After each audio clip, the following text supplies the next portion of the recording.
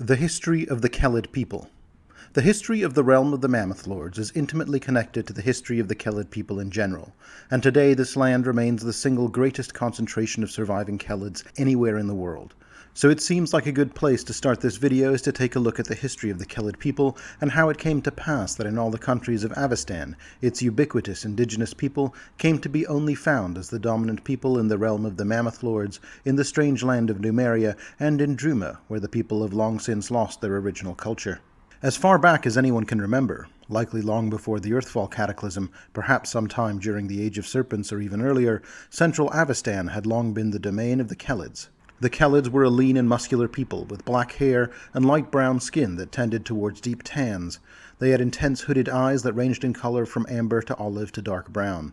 They spoke a language called Hallit and formed into loose patriarchal nomadic clan structures, with each clan member carrying few possessions except that which they needed to survive. As far back as the 6th millennium, before the Absalom Reckoning, Kellids were spread across the region. It is said during the Earthfall cataclysms the Kellids retreated into the caves for a time, but it was not long before they re-emerged and returned to their nomadic ways, undeterred by the darkened skies. Tribes of these nomadic warrior people made their way across the rugged primordial landscape of ancient Avestan, with kindred spread as far and wide as the northern reaches of Sarkoris, the Wolfcrag Mountains, and the Winterwall Glacier in the north, and as far south as Isger and Andoran. Despite their reputation as fierce warriors and their deep knowledge of their country, the history of the Kellids in Avestan is one punctuated by repeated defeat, conquest, and loss at the hands of their physically weaker but more culturally sophisticated southern rivals. I will catalogue the majority of these setbacks chronologically here. In the ancient world, their dominion of central Avestan was unquestioned and supreme, but they warred among each other constantly and formed almost no kingdoms save for a few brief exceptions. Those kingdoms that did form were quickly lost to time, as the Kellids keep few written records, preferring instead to rely on the oral tradition to pass stories down from generation to generation. The few accounts we have of pre-Taldan Kellid kingdoms could be exaggerated or inaccurate on account of the unreliable nature of the oral tradition. Such nations included the ancient and possibly once united empire of Sarkoris, which would fracture and reunite at various points in history, as we'll see here. Rumors also persist of a great Kellid king that united all the lands of the river kingdoms in the ancient world, and according to some variations of this myth, it is this same Kellid king that was drowned by a traveling companion and later resurrected as Hanspur, the ascended god of the Selen River, a deity I discuss in more detail in my Lesser Gods video series. There were a few other examples like this, all generally situated in the eastern part of the empire. Over the innumerable centuries of the ancient world, the Kellids divided into two distinct groups. The eastern Kellids, also known as the Sarkorian Kellids, tended towards conquest and realm building, however short-lived, and were more likely to settle in areas and form permanent villages, while the western Kellids remained nomadic, following animal herds as had been done as far back as their people could remember. This is the first ethnic Kellid split, between the Sarkorian Kellids in the east and the Yerktiri Kellids in the west. Those regions that followed the more traditional herd-following nomadic lifestyles would become known as the realms of the Mammoth Lords. It is not surprising that the Kellids were uncontested in their dominion of central Avestan in the early periods of the Age of Darkness, as it was a wild and nightmarish time where clouds blotted out the sun, and only the hardy could survive and find game. More importantly, though, there were no other people fighting them for those lands at that time, as the world was young, and few civilizations had spread far.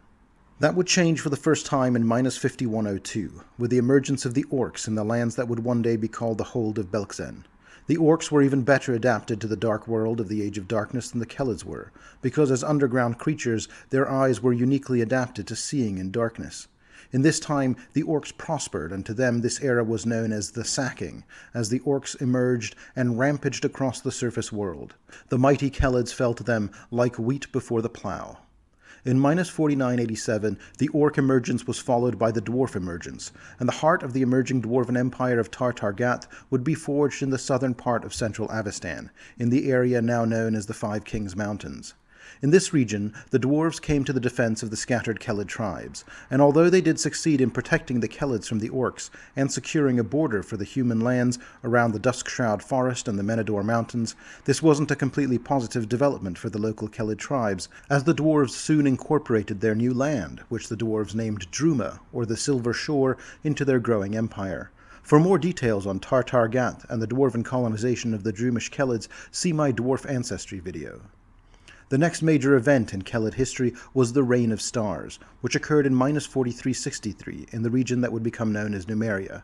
In that year, the Divinity, a spaceship from the planet Androffa, crashed into Galarian, breaking apart and burning through the atmosphere and falling in pieces across Numeria. Some fragments were the size of a fist, while others were as large as towns. The largest piece, known today as the Silver Mount, fell near the future capital city of Starfall, and the city itself derives its name from this event.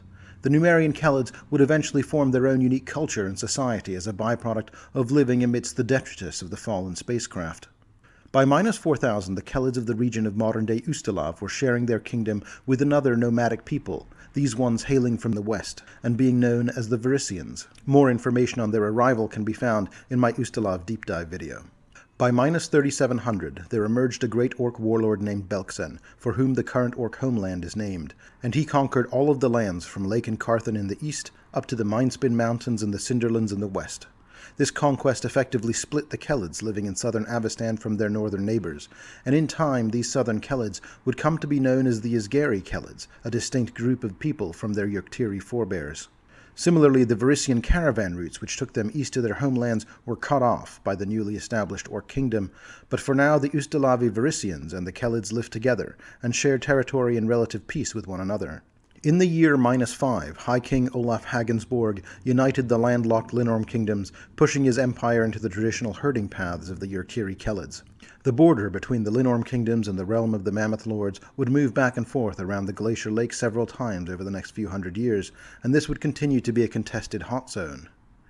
In the year 0, in the south, Aradin raised the city of Absalom from the seabed with the power of the Starstone, ushering in the Age of Enthronement and the Golden Age of Taldor and the Southern Empires. This would very quickly lead to additional losses of land by the Kellids as Taldan expansion pushed northwards. This began in the year 37, when Taldor launched its first great army of exploration, a conquest that would oversee Taldan occupation of the river kingdoms. The Kellids were conquered and pushed to other regions or subjugated as second-class citizens. More details on the conquest are provided in my River Kingdoms deep dive.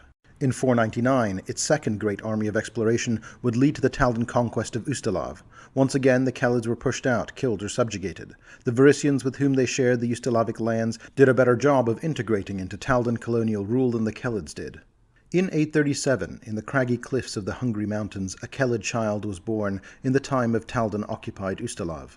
This child would be named Tar Bafon, and he would grow into a powerful necromancer, using armies of the living dead to conquer the Isle of Entepper, modern Belkzen, and Ustalav.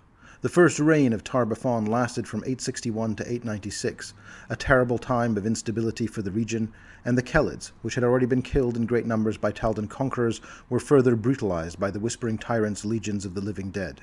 After Tar Bafon's death, Ustalav remained an unclaimed land, with Orcs, Kellids, Taldans, and Varisians all vying for supremacy in that land. In 1033, the armies of the Thanelands, led by a mighty Linorm king from Kalsgard, pushed across the Tusk Mountains, claiming much of the ancestral realms of the Yurktiri Kellids, as they were pushed into a small strip of land between the eastern Sarkorians and the skilled Ulfan warriors in the west. Despite the western threat, the various tribes and factions of the Mammoth Lords were unable to unite and struggled against the invading forces. Meanwhile, in the south, in 2133, the Taldan 7th Army of Exploration conquered the nation of Isgar and also conquered Druma from the dwarves of the Five Kings Mountains. Though the Isgari Kellids retained a lot of their traditional culture and values, the Drumish Kellids, likely being relieved at being ruled over by a human culture rather than another dwarf culture, would integrate more closely into the Taldan culture, eventually splintering off into the Palakari Kellid ethnic group. 200 years later, in 2332, the Palakari Kellids and Taldan separatists, led by followers of a prophet named Calistrade, got the Taldan Empire and the dwarves to sign the Curse Accord, recognizing Drumish independence. Druma remains today one of the few nations in central Avestan with a Kellid majority population. Finally, in 2261, the various followings of the Mammoth Lords were able to unite, pushing back the Ulfan warriors that had crossed the Tusk Mountains. The Mammoth Lords and the Linorm kings drew a firm boundary at the mountain range, and it would remain fixed there for the next 1,000 years. Where there was some victory for the Kellids in the north, there were losses in the south. By 2361, the matter of dominance of the region formerly ruled by the Whispering Tyrant was settled, when the Varisian warrior king Soyvidia Ustav founded the kingdom of Ustalav and made Ustalav the first and only united kingdom of the Varisian people. The Kellids of this land had no choice but to retreat to the most remote wilderness areas or to live as second-class citizens under Varisian rule. Although in 3203 the Whispering Tyrant would raise himself from the dead and reconquer Ustalav, by that time the Kellids had long become a minority group in their own land, and when the Tyrant was defeated again in 3827, the Varisians swiftly regained control of their nation. In 3313, however, it was the enemies of the Kellids that would suffer a major setback. In the lands of the Linorm kingdoms, the witch queen Baba Yaga would descend from the Winterwall Glacier and found the nation of Irisen. The eastern Ulfin lands, cut off from their allies in their west, were no match for the allied followings of various Mammoth Lords who crossed the Tusk Mountains in force at the pass at Hillcross and reconquered their ancestral herding lands west of the Tusk Mountains, spreading their domain as far as the borders of Irisen, where Baba Yaga's dark sorcery and magical Everwinter made expansion impossible. Although the exact date of this is not known, it is likely that around this time, the Kellid druid named Brogan the Grasswalker and his wife Seba Strongarm founded the village of Hillcross, providing the safest passage across the Tusk Mountains for tribes moving from one side of the realm to the other, and establishing one of the few permanent settlements in the realm of the Mammoth Lords. In 3672, the Sarkorian Kellids united under the banner of a great king, whose name is lost to history, and defeated the frost giants of the North Mounds. From that date onwards, with the exception of the shaman-ruled southeastern city of Storasta, which remained independent, Sarkoris became a united Kellid kingdom. 60 years later, in 4031, Numeria would follow suit. The warrior queen Amalokla conquered the site of the Silver Mount and named the settlement around its starfall. She became the first black sovereign of Numeria, creating a second united Kellid kingdom that would ultimately outlast Sarkoris. In 4081, Cheliax and Taldor split. From 4305 to 4410, the Chelish Everwar expansion took it northwards, conquering the lands of modern-day Nirmathas and Malthun. You can see more details about the Chelish Everwar in my videos on Cheliax and on Nirmathas and Malthun. For our purposes, the new nations of Nirmathas and Malthun effectively ended the traditional nomadic lifestyles of the remaining Yurkteri Kellids in the region, who, like the Sarkorian Kellids of Ustalav, were forced into small village communities on the fringes of society. Like the orcs they had once warred over the land with, they were all mostly killed or driven from the land.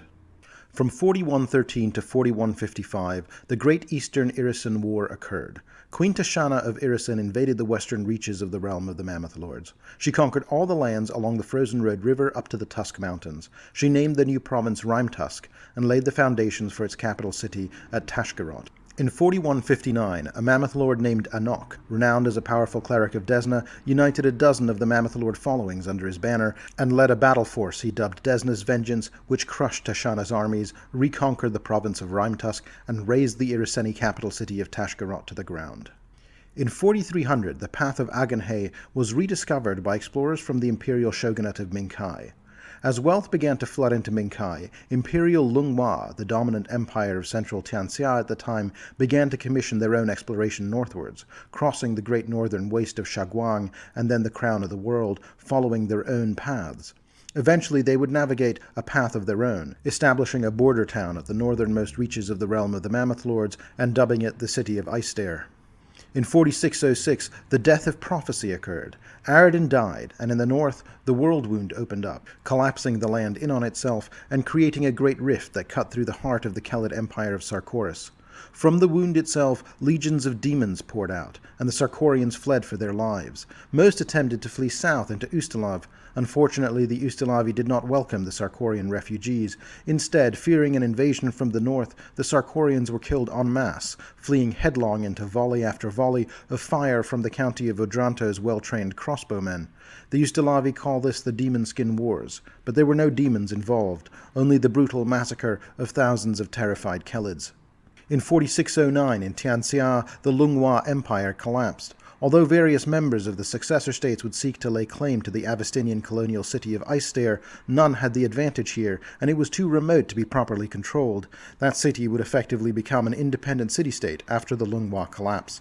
In 4622, the First Mendevian Crusade began. Crusaders from nearby Mendev, bolstered by heroes from various southern nations, waded into the World Wound, seeking a way to stem the flow of demons from the abyss. The second occurred in 4638, a third in 4665, and finally a fourth in 4707. The surviving Sarkorians who remained behind found new alliances with the Crusaders and fought to retake their homeland for the next 100 years. In 4716, the Iron God's adventure path took place. In this adventure, it was discovered that the current ruling Black Sovereign, Kevoth Kul, originally of the Black Horse clan, had become a puppet of a secret organization called the Technic League. They had been controlling him for over 20 years by addicting him to the mind-altering fluids that seeped from the walls of the Silver Mount, and kept him moody, erratic, and docile. However, in the Iron God's adventure, a group of heroes banded together and defeated the Technic League, returning rulership of most of Numeria to the Black Sovereign. Kevoth Kul currently has several short-term goals, primarily focused on shoring up the losses to his political might. While the city of Starfall and much of Sovereign's reach remains firmly in his grasp, areas further beyond have begun slipping towards a form of semi-independence, a development Kevoth Kul seeks to rectify. Domestically, the rebellious clans in western Numeria pose a threat to trade and stability across the country, particularly the technology-loathing Ghost Wolves, who now strongly oppose the Black Sovereign's rule. Whether Numeria will manage to stay united, and whether Kevoth Kul can reclaim his once great image, now that it has been so tarnished by debasement at the hands of the Technic League, remains to be seen. In 4718, the Fifth Mendevian Crusade kicked off, in a series of events played out in the Wrath of the Righteous adventure path. In this adventure, a small band of heroes enter the Worldwound, slay the Demon Lord Descari, and seal the Worldwound, bringing the Fifth Mendevian Crusade to a glorious victory. The area once known as the Worldwound has been renamed the Sarkoris Scar, due to the disfigured and charred terrain left behind even after the closing of the Abyssal Rift. Despite the defeat of the Demon Lord Descari and the cessation of the constant influx of demonic reinforcements, the northern lands remain treacherous. The great heroes of the Mendevian Crusade have shifted their focus to confront Tar-Baphon in the south, leaving only small groups of descendants of the original Sarkorian people to try and reclaim their ancestral land. They have established their largest fortified outpost in the town of Gundrun, but due to the ongoing danger of the area and the impurity of the land, some have chosen not to settle at all, but to revert to the nomadic lifestyle preferred by their Yurktiri cousins in the realm of the Mammoth Lords. In 4722, the second edition Quest for the Frozen Flame adventure path takes place. This tells the story of the following of the Broken Tusk, a Mammoth Lord following that comprises 4 main houses, the Falcon House, the Moose House, the Muskox House, and the Otter House, each led by an elder Mammoth Lord. The Broken Tusks are one of the smaller Mammoth Lord followings, a splinter faction that broke off from the larger following called the Burning Mammoth following. I won't provide too many spoilers, but events bring the Broken Tusks back into conflict with the Burning Mammoths, as both followings seek out an ancient artifact that had once been in their charge. In the course of these events, the heroes must both safekeep the artifact and protect the crucial town of Hillcross, which serves as the chief thoroughfare through which the Mammoth Lords may pass from one side of the realm to the other. This brings us to today. As has been shown, in most of Avestan, the Kellids have been forced to the fringes of society and have largely given up their traditional ways of life. That is certainly the case for all the Ysgeri Kellids found in the southern kingdoms, or for the Yurktari and Sarkorian Kellids that can still be found in Malthun near Mathis, Ustalav, or the river kingdoms. Druma and Numeria still have largely Kellid populations, but the mixed-race Palakari Kellids of Druma are much different from their cousins, and the strange environs of Numeria make it a unique country where the locals have adapted to vastly different lifestyles to their traditional ways of life. In Sarkoris, the surviving Kellids are desperate to try and reclaim their ancestral lands, but they have a long road ahead of them. Only, and uniquely, in the realm of the Mammoth Lords are the old ways kept up. The followings of the realms of the Mammoth Lords. The Kellid tribes residing in the frigid glaciers and sweeping taiga steppes of north-central Avestan have remained largely unchanged since their prehistoric ancestors first settled in the region. These Mammoth Lords continue to live without the constraints of modern society, owning no land or practicing agriculture or industry. Instead, they gather in nomadic tribes that convene into larger groups known as followings, each ruled over by a chief herder who is supported by a powerful family. Regardless of their size, each tribe member has a specific duty, ranging from cooking and hunting to medicine-making and scouting. Elders make important decisions based on their wisdom from both experience and ancestral spirits. The Mammoth Lords prioritize tradition in their lives, and despite modern encroachment, continue to maintain their simple lifestyles.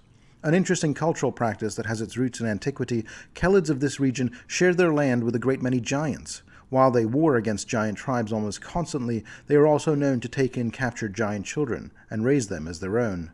Having a giant in one's tribe is a sign of power in Mammoth Lord followings, and the children are raised as honored members. Some mystics regard these giants with near-religious fervor, and in times many giants learn to identify with the tribe they are with and fight to protect them. As tribes grow through birth or conquest, they form alliances through bonding ceremonies like weddings to become great tribes comprising dozens of families. Eventually, a great tribe petitions for the protection of a following. The realm of the Mammoth Lords is home to around 30 followings, with populations ranging from a few hundred to several thousand. The Mammoth Lords are constantly on the move, tracing the footsteps of their ancestors along known routes. When the paths of different followings overlap, they set up camps for a few weeks to exchange ideas and stories, compete in games, and trade goods. While the Mammoth Lords typically avoid cities and conventional civilization, encounters with adventurers spark curiosity, and they often trade for new ideas, tools, and supplies. Sometimes they even adopt guests and allow them to travel with the tribe for a while. The most notable followings in the realms are the Bear Pelt following. The Bear Pelt is the largest following in all of the realm of the Mammoth Lords. Although their chief, Mighty Kuldor's rule does not extend over the entire realm, he is widely recognized as the most dominant leader in the land. Kuldor's reputation stems not only from his fierce temperament, but also for his following, which includes ill-tempered woolly rhinoceros mounts and a group of 12 giants who serve as his bodyguards and enforcers. His legendary temper and decisive judgments are equally well known, and they are both intimidating and revealing of his sharp understanding of tribal politics. Kuldor's personality and discernment are equally impressive, as are his strength and brutality. To gain control of a great following in the Mammoth Lords, it is necessary to possess strength and ruthlessness, but it takes a determined will and rare leadership to maintain that control for as long as he has. The Flameblood following. Chief Urif is the herder of the Flameblood following, a small yet rapidly growing tribe that roams the northwestern plains and glaciers near Icestair. He is a controversial figure because of his openness to modern ideas and his questionable political alliance with Pola the Bureaucrat, the ruler of the predominantly Tianshu city of Icestair. Despite this, Urif welcomes outcasts from other tribes, promising them power and prosperity. The Flameblood following has become wealthy by transporting exotic weapons and goods for Pola to buyers in neighboring countries. While Urif has the potential to bring change to the Mammoth Lord's traditional separation from civilization, his actions have brought great power and prestige to his following. The Six Bears following. The esteemed Great Mother Omak held the position of Grand Matron in the Six Bears following, and was revered by her people for her wisdom in matters ranging from the ordinary to the spiritual. However, when her son Marek succumbed to the Black Wound curse, she became despondent and wandered until she found a cave near the origin of Little Tusk River. Although the tribal superstitions of the Six Bears following brand her as tainted by the dead, many still seek her assistance as an Amakor, a revered holy woman who serves as an intermediary between mortals and their ancestral spirits. Despite being no longer able to speak, Omak communicates through sign language, and has the ability to discern a person's value, culpability, impiety, or greatness by means of her touch. The Amethyst Eagle following. This strange following is herded by two Mammoth Lords, Rizani the Otagi Circle and Uskox, Son of the South, and it is believed these two split power more or less evenly between them. Amethyst Eagles are noted for their purple eyes, and they maintain a strict exclusionist dogma to sustain their ancient bloodline. When members of their following defect to other followings, they dispatch elite assassins to coolly execute their kin and prevent the spread of their secret and sacred lineage. The Bears of Hatley following. Led by the ironically named Hatley the Small, the Bears of Hatley were an old and honorable following that once numbered several hundred. Traveling the land on their massive cave bears, they fought in the wars against the demons of the World Wound. However, the last few decades haven't been kind to the following, and demons ravaged their numbers during the Fifth Crusade until only 50 remained. Their current herder, Hatley the Small, is the last descendant of the hero that founded the following. In spite of his name, Hatley is a towering man about 7 feet tall with broad shoulders and imposing musculature, typically wrapped in a brown bearskin cloak. The Bristle Hog following. Once a more significant following and well regarded for the quality of the swine they herded, as well as the quality of their banter and information, they have since fallen on hard times. Their leader is widely recognized now as a craven coward who has more than once failed to follow through on commitments of mutual protection against the Mammoth Lord's external threats, leaving his purported allies high and dry. These days, only the most desperate Mammoth Lords call this cowardly following an ally. The Isle of All following. Another strange following, the Islers don't make a migratory loop like other nomadic followings. Instead, they trek ceaselessly towards the setting sun. Its people summer in the realm of the Mammoth Lords, but in the winter their following cross a secret glacial lake as salty as tears. They call this the crossing of the World Pond, and scholars believe that this following is wintering in the First World, spending those seasons among the Fey kind. The Snow Mask following. This following keeps to the northern reaches of the realm, favoring secret paths that lead them through the northern parts of the Tusk Mountains, but avoid Jarl Nargarak's frost giants. Their chief, Hirila, has long had the task of watching over and protecting the keep of the Ulfin Huskarl Ranulf, who became friendly with the Snow Masks and adopted their ways when he built his keep deep in the Tusk Mountains. The Snow Masks are notable for painting their faces with white paint. The Burning Mammoth following. A large and ancient following, the Burning Mammoths were once tasked with protecting an ancient magical artifact for Sister Cinder, known commonly as Sarenrae in southern cultures. Unfortunately, in the chaos that followed the death of Prophecy, the following was forced to decide whether to hide the artifact from the demons that spilled forth from the World Wound or to use it as a weapon. The following's lords disagreed over what to do, and this caused the following to fracture. The Broken Tusk following. A relatively small following that splintered from the Burning Mammoths over a disagreement about an ancient artifact they had been sworn to safekeep. This following are the protagonists of the Quest for the Frozen Flame adventure path. Other notable followings in the realm include the Great Tusk following, the Ice Chasm following, the Night Hunt following, the Raptor Scale following, and the Slothjaw following, although not much more information is given about these other larger followings. In addition to these, there are another 20 or so smaller followings that remain unnamed. Each of these various followings are quite unique, and often have their own distinct set of beliefs, traditions, culture, and religion. Although they may share some similarities, they are not consistent. Something considered sacred by one group may be condemned by another. While the majority of followers in the realm of the Mammoth Lords practice some form of animism, there are some who also worship a patron deity, a pair of deities, or a whole pantheon. However, one commonality is that the cultural significance of animism remains strong across all followings, including the respect for all living things, belief in a cyclical and balanced nature of life, and the idea that humans are an integrated part of the natural world rather than conquerors, masters, or adversaries. So let's take a closer look at religion in the realm of the Mammoth Lords. Animism tends to sit at the root of all spiritual practice in the realm.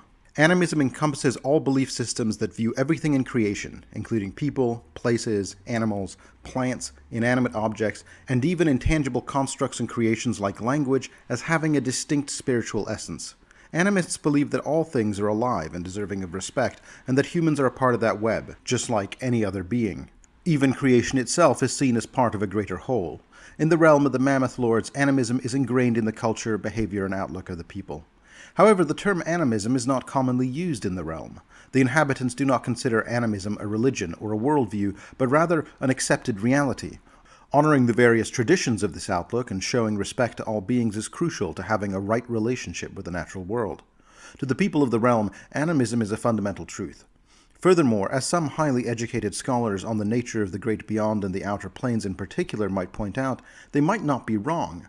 We know that a person's soul stuff is also called quintessence, and it does get reshaped after death, commonly into the forms of petitioners or ascended postmortal forms, such as angels or demons. But also, as postmortal forms start to come to their own end, that raw substance or quintessence also forms the substance of the outer planes, such as its rocks, trees, and mountains. Who is to say that some version of quintessence can't be found in all material substances in the material universe as well?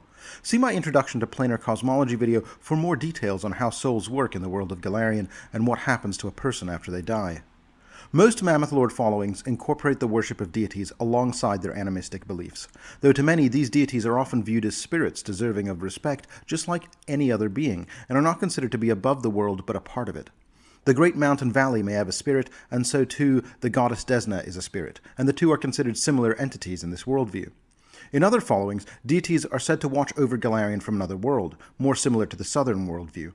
Regardless of the interpretation, though, deities are viewed as being subject to the larger web and cycle of existence, and though they may have power to influence the natural world, they are still a part of it. Other followings adopt a small number of patron deities, or in rare cases, a single patron deity. These deities are believed to guide, protect, or watch over the followers, or an aspect of life that the followers rely upon. The deities worshipped in the realm of the Mammoth Lords differ from those worshipped in southern Avestan and Garand, regardless of their role in a following's belief system. Many deities popular in the region are relatively unknown throughout much of Golarion, while others, such as Sarenrae and Erastil, have different depictions, names, and even roles than their southern counterparts. Here are some of the most prominently worshipped deities in the realm of the Mammoth Lords. Fandara. Fandara is a prominent deity among the Kellids of the realm of the Mammoth Lords, revered as the goddess of life cycles, including birth, fertility, life, and death. She is one of the giant gods the Kellids worship alongside more traditional deities. According to local legends, Fandara was the first living being, birthed from the earth's womb, the Atakal cave. All life sprang from her, and she gave birth to people, animals, and all the other deities except Pharasma.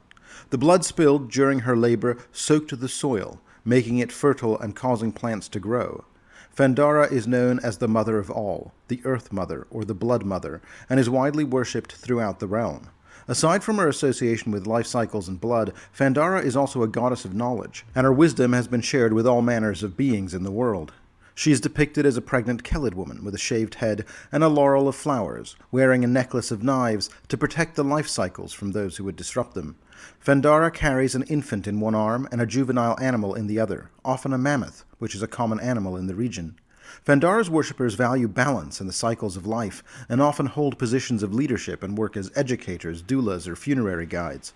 Family is cherished among her followers, whether by blood or by adoption, and friends, clanmates, and pets are seen as extended family.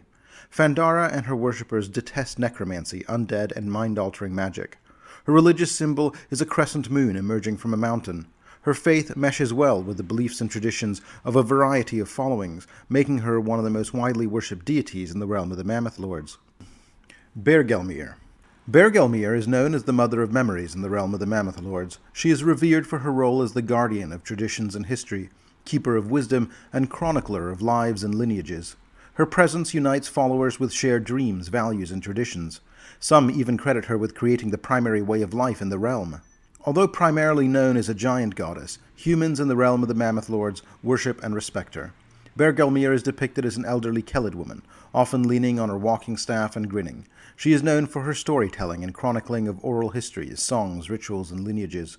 Her religious symbol is 3 bolts of lightning, symbolizing the 3 wisdoms she imparts: history, ritual, and genealogy. Skode. Skode is a hunting deity, but specifically a deity who appeals to those who seek not only sustenance, but also to hone and take pride in their hunting skill. Like Fandara and Bergelmir, she is primarily worshipped as a giant goddess elsewhere, but in the realm of the Mammoth Lords she is depicted as a fierce Kellid woman, adorned with facial tattoos and dressed in leathers, armed with spears and a longbow. All 3 of these deities are covered in more detail in my giant pantheon video. Skode exhorts her followers to hunt not just any prey, but the best and the strongest. Her worship is most popular among young adults who aspire to achieve their coming-of-age rights, improve their social status within their community, court a lover, or earn respect from their kin. Despite Skode's focus on the competitive and less practical aspects of hunting when compared to the provider, she still requires her followers to respect the animals they hunt and use all parts of the animal.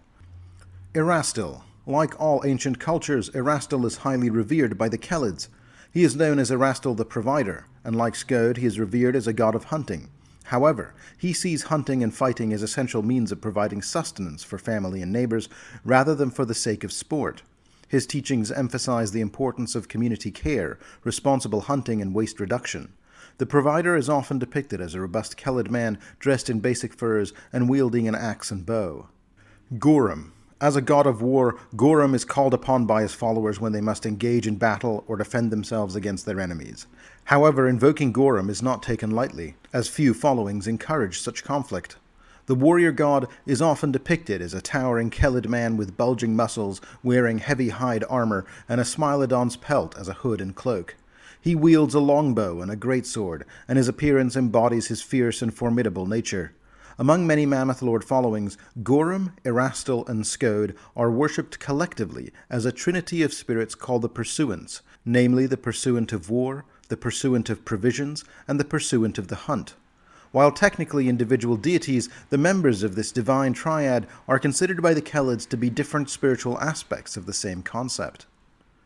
Desna. Perhaps the most important god in the realm of the Mammoth Lords is Desna.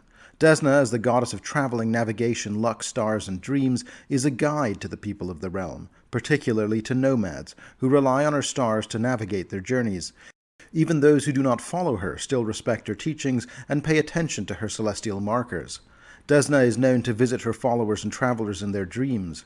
Some Desnan faithful make a rare pilgrimage to a sacred place called Dreamer's Reach when faced with an unsolvable quandary. This barren peak towers above the surrounding mountains, providing an unparalleled view of the realm. Kellids who seek guidance from the divine climb to the summit of Dreamer's Reach and quickly strip to their waist, braving exhaustion, exposure, and hunger. They persist until either Desna grants them wisdom in a waking dream, or they are ushered away to the boneyard by the spirits. The climb and exposure to the elements are not the only threats, as in the realm of dreams, the veil between reality and nightmares grows thin, and those who seek visions at the summit of Dreamer's Reach may find themselves battling against vividly realistic nightmares. Gosrae. Gosrae is worshipped in the realm of the Mammoth Lords much as they are outside of it, as a god of nature, water sources, and the weather. However, there is a significant difference in perspective regarding the deity's character. In the greater world of Golarion, Gosrae is considered wild and temperamental, an untamed force of nature that can only be appeased. In contrast, Mammoth Lord beliefs see Gosrae as a spirit of the water, wind, and weather, following the natural order of existence. Many within the realm find Gosrae reliable, comforting, and awe-inspiring. Along with Ing, the god of the seasons, Gosrae is the spirit of the world itself, and life emerges from the ebb and flow of their aspects. Unlike in other regions, Gosrae is rarely depicted with any physical form within the realm of the Mammoth Lords. Instead, the deity is a spirit, too vast to comprehend, present in every breeze, ocean, and air. As such, Gosrae is not a singular entity but a multitude, with each body of water and gust of wind having its own unique spirit. Ing. In the realm of the Mammoth Lords, Gosrae and Ing are inseparable deities, whose names are often spoken together. Ing is one of the eldest, a group of Fey gods, and he is also the god of the seasons, responsible for the cycles of life in the natural world. Ing's changes in the seasons dictate many aspects of the Mammoth Lords' lives, such as their migration routes, hunting, gathering of food, and daily tasks. As the keeper of time, Ing's changes mark the ages. Ing has two primary forms, depending on the views of the followers. Among animists, Ing is the embodiment of the seasons, an intangible and inevitable being. Others know him as the Scout, a wandering spirit in the form of a humanoid who travels the world with purpose, changing the seasons as he goes and guiding his followers on their journeys. As the patron deity of a following, Ing is usually worshipped in his latter form and depicted as a hooded Kellid scout wearing heavy gloves, his face obscured in shadows. Pharasma. Pharasma is revered by many in northern Avestan as the judge of souls or the arbiter. She is responsible for evaluating the deeds of the deceased and passing judgment on their souls. However, the realm's leaders also seek her guidance when they need to resolve worldly disputes, pass judgments on their followers, or tackle important matters. Pharasma is often depicted as a composed Kellid woman with tawny skin, loose black hair with waves, and light grey eyes. Sarenrae. While Sarenrae is commonly worshipped in the south as the Dawnflower, the goddess of the sun, of healing, and of redemption, in the realm of the Mammoth Lords she's better known as Sister Cinder, the goddess of the hearth. This may seem like a small role, but in the harsh environment of the realm, the hearth and the fire it contains are essential to survival. The hearth serves as the heart of the community, providing a gathering place for companionship, cooking, and warmth. It's also a source of light that allows people to function in the dark and keeps predators at bay. As Sister Cinder, Sarenrae is the embodiment of life itself, and without her blessings, people would perish.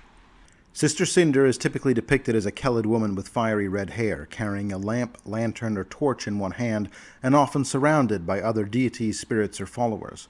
Like the hearth, she serves as a center of the community, radiating warmth that attracts people and spirits alike.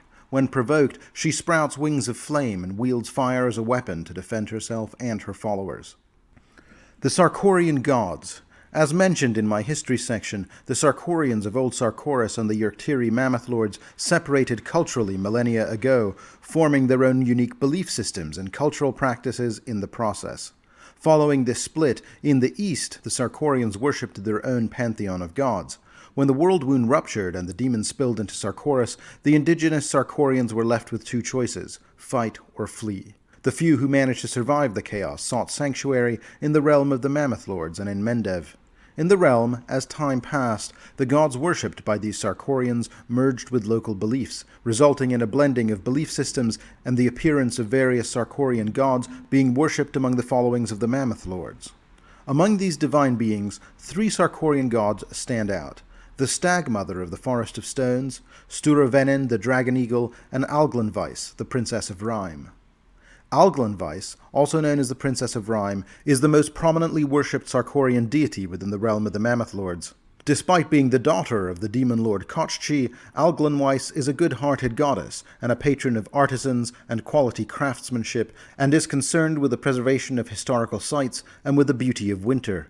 A number of her magically gifted followers are witches rather than clerics, a heritage that can be traced back to the witches of the Stagheart clan, who fled Sarkoris after the death of prophecy. The Stag Mother, also known as She Who Listens, the Stag Mother of the Forest of Stones, was a major Sarkorian goddess and a protector of the environment, women, and children. She encouraged her followers to provide shelter and succor for women and children in need, and to be a responsible steward of the environment.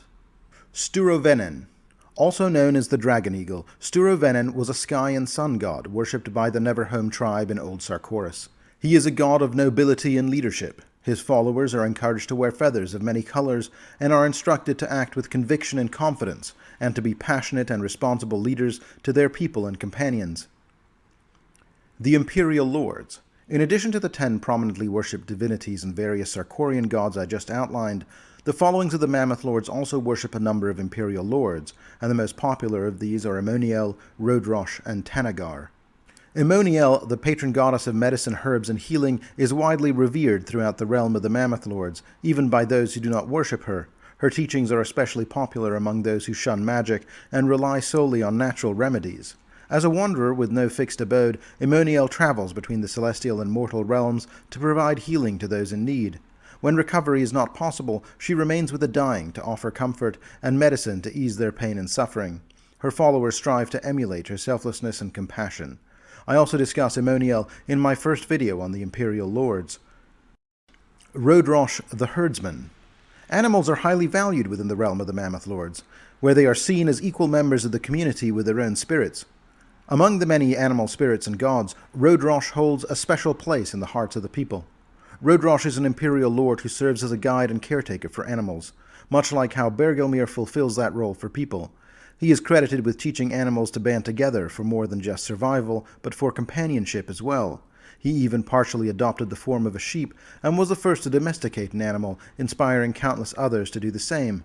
Rodrosh teaches people to care for animals with kindness, patience, and the same level of care they would afford to their own kin. Despite not being worshipped by all groups within the realm, Rodrosh's influence on the followings is undeniable. He is a shapeshifter capable of taking on countless animal forms, but is most commonly depicted as a strong Kellid man with brown skin and thick black hair. He has moonstone horns on his head and wields a wooden crook. Legend has it that he occasionally travels in the guise of a herd animal to test the care offered by each following. Tanagar the Orient Eye. Similar to Rodrosh, Tanagar is an Imperial Lord, and an owl spirit who holds significant importance to the people of the realm. It is said as far back as the Age of Darkness, Tanagar has been guarding the realm with his luminous golden eyes. Although his worship has waned over time, he remains an inspiration to many followers, because the night is still fraught with darkness and danger. Tanagar is primarily a god of protection who patrols the nights and fights against evil. He protects all people and animals, regardless of their worship or lack thereof. He teaches his followers to stay vigilant, watch over those under their protection, and to fight and defend those in need. He despises demons and all creatures that hunt and kill under cover of darkness. Tanagar's worshippers frequently take on roles as community leaders, sentries, guards, hunters, and scouts, and their devotion to their communities makes them dependable allies. I will be covering both Rodrosh and Tanagar in a future Imperial Lords video as well. Finally, before we leave religion, I want to touch on the worship of Rovagug. In the realm, Rovagug is not viewed as a monster, but rather as a spirit embodying destruction and calamity. Every earthquake, forest fire, and disaster is seen as an expression of his anger.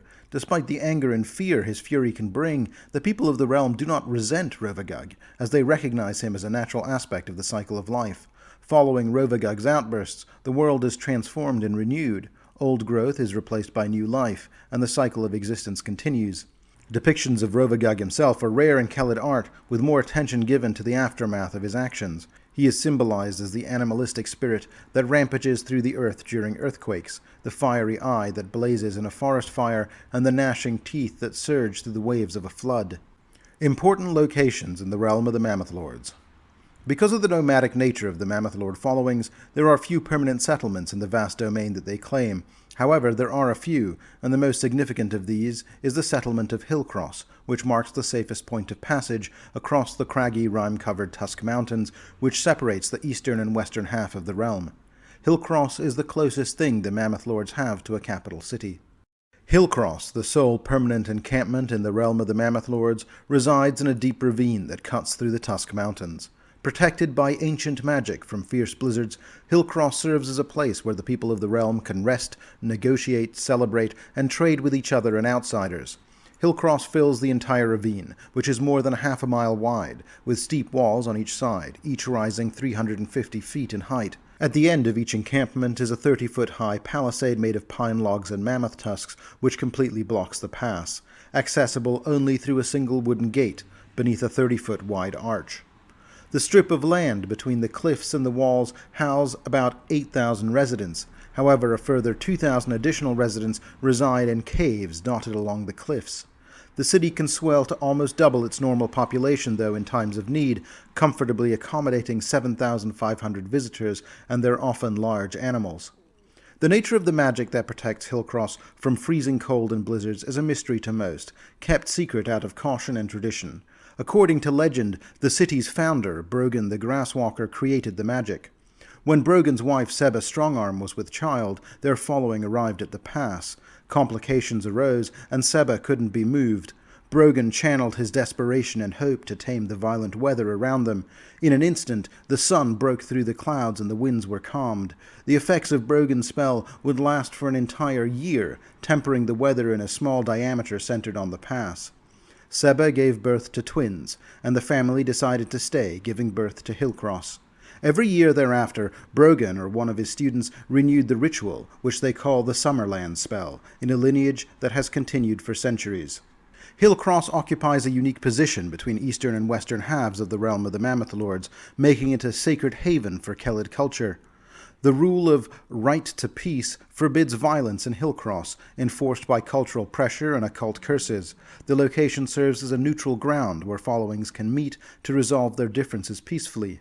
The right to shelter permits followings to seek refuge in Hillcross, with the caveat that those who have been there the longest must be the first to leave to make room for newcomers. This custom preserves Hillcross for all. Finally, the right to store ensures every Mammoth Lord following is entitled to a single chamber in Hillcross's deep caverns, where they can store whatever they wish. Mammoth Lord followings typically remain on the move, meaning most limit their belongings to only what they and their pack animals can carry. Occasionally, though, a following can't hold on to an important item. The item might be too awkward, heavy, or dangerous. The right to store means that Hillcross also acts as the de facto bank for all the followings of the realm. Although few Mammoth Lords are interested in the world to the south, merchants from Varissia or Ustalav, or even more diplomatically minded orcs from Belkzen, find the realm's people and their offerings of fur, pelts, or tamed animals appealing. Hillcross serves as the ideal destination for trade, as well as a place for travelers to rest, resupply, and hire local guides and translators on their way to Icestair or the Crown of the World. Consequently, Hillcross has a surprisingly cosmopolitan character.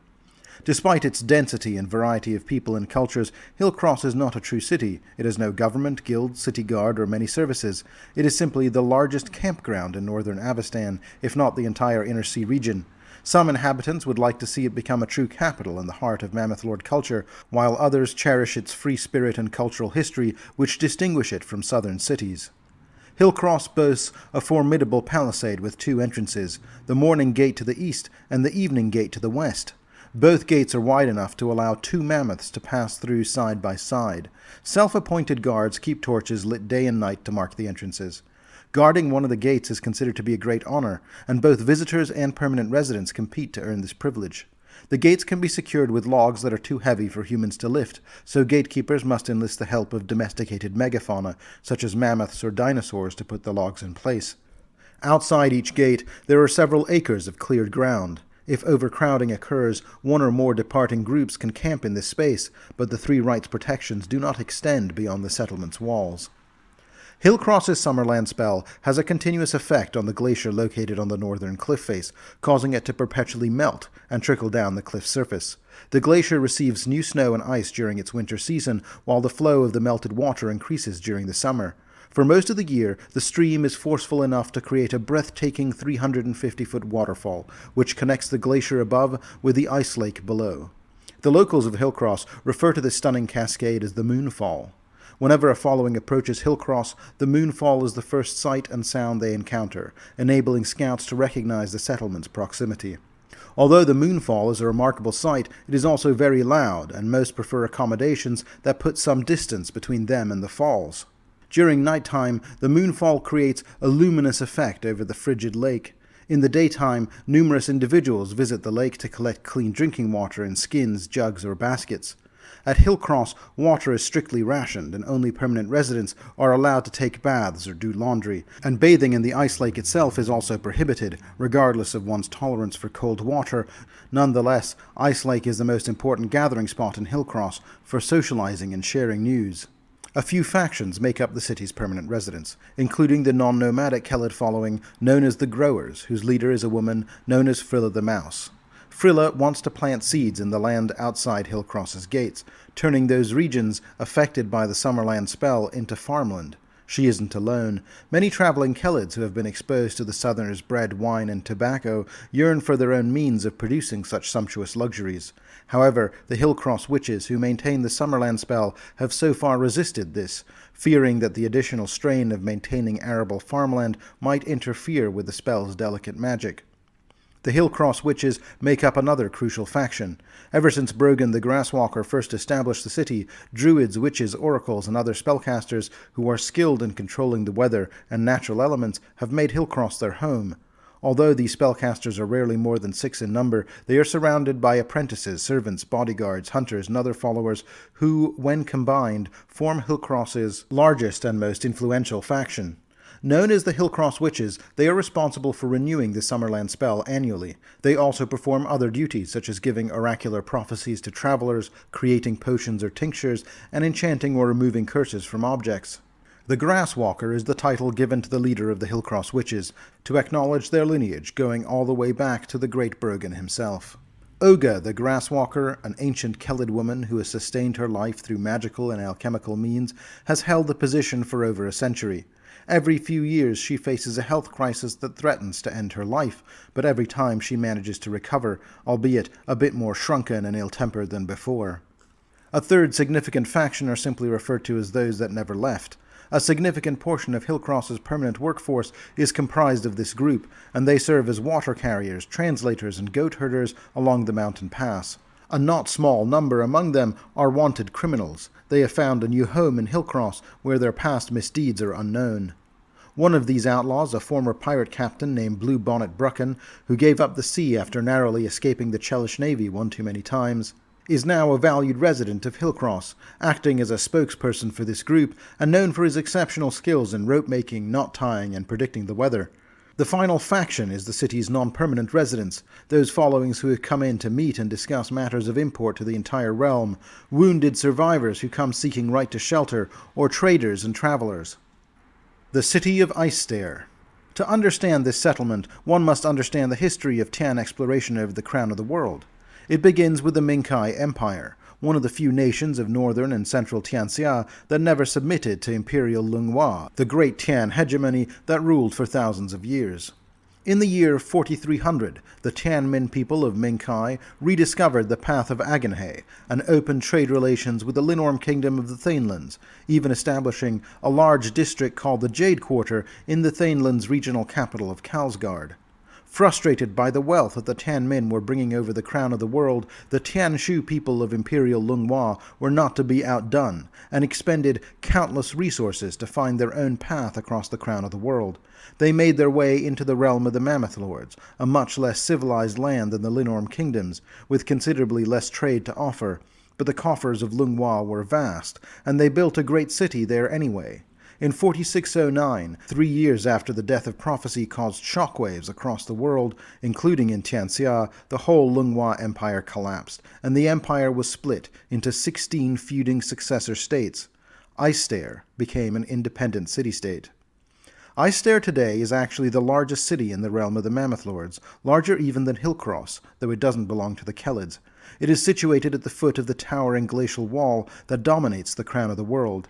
The wall is distinguished by a series of broad steps, carved into the ice, each the size of a human and coated with hefty blocks of volcanic stone that wind their way up the sheer ice sheet. At the peak, immense winches are affixed to the glacier's edge, which are used to lower wagons and sledges that have endured the treacherous crossing. The city of Icestair is headed by Po La the bureaucrat, a Tianshu man who alleges to having been a civil officer in the employ of Fire Empress Zai Ming before a scandalous affair with the ruler's daughter compelled him to flee for his life. Whether or not this account is true, Po La has done his level best to continue to grow the city of Icestair, despite the challenges of its remote location. He and his assistants arrange caravans to the Kellid city of Hillcross and the orc city of Wyvernsting at the northern edge of the hold of Belkzen. The establishment of New Thassalon has also been a boon to Icestair in recent years, with new trade routes being established between Icestair and the new Thessalonian capital of Zin Shalast every day. Po La has even managed to arrange trade deals with Irisen, despite the dangers of dealing with the White Witches, and with the new queen in seat, it's likely he will have more luck than he's had in the past. Finally, he is the sponsor of the wealthy and perhaps foolishly brave Kellid merchant Holg Tuskrider, who is a frequent visitor to both Holvirgang and Irisen and Boss Fargrum in the Tusk Mountains, always bringing a lavish gift to the frost giant Jarls who rule these cities. Po La therefore claims a hefty courier's fee for helping grow trade between the northern frost giants as well. Po La's various business dealings are crucial to the maintenance of Icestair, which was founded at an impractical site with few natural resources. Po La and his government must constantly spend money to carve out new steps when the old ones wear away, and replace any winches that collapse. Fortunately, because of the perpetually cold climate of the area, reinforced by the cryomantic spells of the Witch Queen, such failures are not as prevalent as they would be otherwise, and Po La and his government make use of magically treated ice as crucial building material. Though not many in Avestan have visited, Icestair is a unique city at the very northern edge of the world, currently housing 12,000 settled, mostly Tianshu and Kellid people. Tolguth. The smallest of the 3 cities in the realm of the Mammoth Lords is Tolguth, a large town which houses a population of just under 4,000 settled Kellids. Strange geothermal fissures make Tolguth a unique location in the realm of the Mammoth Lords. These fissures make it a warm, almost tropical place, paradoxically surrounded by the ice and snow of the glacier. The deep valley in which Tolguth is situated is home to lush tropical vegetation, such as ferns, rhododendrons, and cycads. The valley is also inhabited by various dinosaurs, including massive herbivorous sauropods, as well as predatory types, ranging from fast-moving raptors to colossal tyrannosaurs. To protect themselves from these dangerous creatures, Tolguth is a walled settlement, although the walls have been breached on more than one occasion by the dangerous superfauna. Legend also tells that the valley of Tolguth is connected somewhere to Deep Tolguth, one of the deepest and largest hollows of the Darklands, the extensive underground world that connects much of Golarion beneath its surface. Deep Tolguth is a vast cavern, home to many massive creatures similar to those found in Tolguth: dinosaurs, gigantic vermin, froghemoths, vemeraks, and other primeval beasts. These days, if there was ever a direct passage between Tolguth and Deep Tolguth, it has long since collapsed. However, passage between the two may still be possible through the Earth Navel, situated just southwest of Tolguth. The Earth Navel resembles a 13-layered ziggurat that is inverted and serves as a deep pit. The layers are filled with massive animal bones, with the size of the bones increasing as you go down the layers, until they surpass even the largest creatures that currently exist on the surface of Golarion. At the base of the pit, there is a small opening that can accommodate a humanoid of average size, called the Sipapu by the local Mammoth Lords who have explored it. This opening leads to a network of tunnels that extend for miles into Narvoth, the uppermost layers of the Darklands. Haven. The least known settlement in the realm of the Mammoth Lords is the small village of Haven. The secretive village is located in a concealed valley to the north of Hillcross. Kellids and giants coexist in harmony, residing in simple stone structures. Surprisingly docile dire bears, smilodons, and winter wolves wander the streets alongside mammoths and mastodons. Both animals and villagers cultivate terraced farms on the slopes of the valley. Haven warmly welcomes strangers by throwing a grand feast in their honor. However, a terrible secret lies concealed within the grand hall. A plant creature known as a body thief preys on and replicates Haven's visitors. The chief servant of the creature is a pod-spawned druid named Lenas, who discovered the seedling of the malevolent plant struggling to survive, nurtured it, and allowed it to flourish by surrendering his own body to it. Lenas wears the Verdant Stone, an ancient amulet that can rapidly heal plant forms, including preventing his own vegetative form from deteriorating. The Vale of Frozen Tears. As has been noted in the history of the realm, the Iraseni queen Tashana once conquered the western portion of the realm, naming it the province of Tusk. The Vale of Frozen Tears was once a dungeon created by Baba Yaga after the ill-fated rebellion of her daughter Queen Tashana in the northern reaches of what once had been the province of Tusk. The Vale of Frozen Tears looks like a frozen waterfall, roughly 700 feet in height, trapped in mid-cascade on a stony escarpment. A castle, carved from the ice itself, protrudes from the ice sheet. Further up, a hollow has been carved into the ice, in which a village has seemingly been built, a necropolis of tombs carved from the magical ice, sculpted to mimic a northern village in every detail. A stair at the base of the waterfall leads to the tunnels inside the icy dungeon. Today it serves as the resting place of Tashana's army, although the dead do not rest easy in the Vale. The Vale of Frozen Tears is also the principal location of the standalone Pathfinder module, the Witch War Legacy. Mount Blackfire. The broken peak of Mount Blackfire spews forth ebony flames from its vents and craters, which has the unique property of emitting both heat and negative energy. These unstable flames flow from portals linking the planes of fire and negative energy that are fused together at the mountain's heart. The ebon flame has drawn to it members of the Blackfire Adepts, a sorceress cabal who seek mastery over this unique power. Though they have yet to find a way to control the eldritch power of the massive volcano, they have caused problems in the region. As discussed in my Giants video, in recent years a rogue faction of the Blackfires, calling themselves the Order of the Black Rift, have summoned a rare and ancient evil known as a Maelstrom Gigas that has conquered the surrounding lands. Now the surviving Blackfire Adepts have sent out a missive for bold giant hunters to destroy the Gigas and disband the outlaw mages before it's too late. Bos Fargroom. Bos Fargroom is a frost giant city that rivals the majesty of Holvirgang in Irisin. It is centered on a vast ice castle perched high among the peaks of the Tusk Mountains, northwest of the Ginji Mesa. It is the seat of power of Jarl Nargarak, the self-proclaimed king of all frost giants. The mighty Jarl shares his chambers with a harem of cloud giants, each an accomplished warrior or spellcaster. The Jarl's harem also serves as his personal guard and ruling council, and run the affairs of his kingdom when he is out on a raid. If Jarl Nargarak of Bos Fargroom and Jarl Grunganir of Holvirgang could ever set aside their differences, it is entirely likely they could seize many of the nearby kingdoms of men for themselves.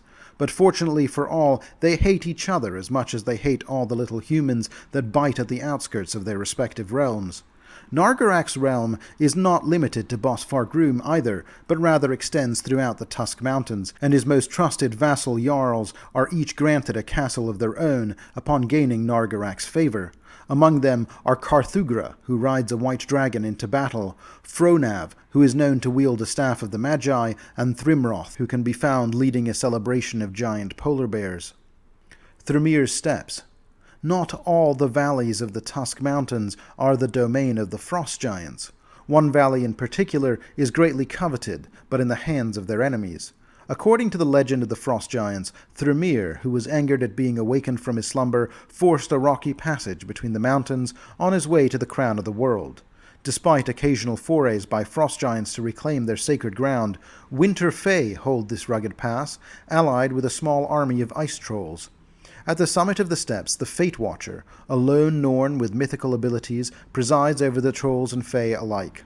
She wears an ice-blue sapphire embedded in her brow, which is said to be made from Thrimir's flesh.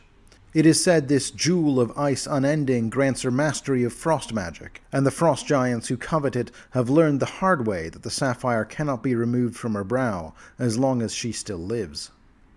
The Great Mammoth Graveyard. The bones of countless mammoths and mastodons litter a mountain valley in the eastern Tusks, where for thousands of years aging mammoths would travel to die.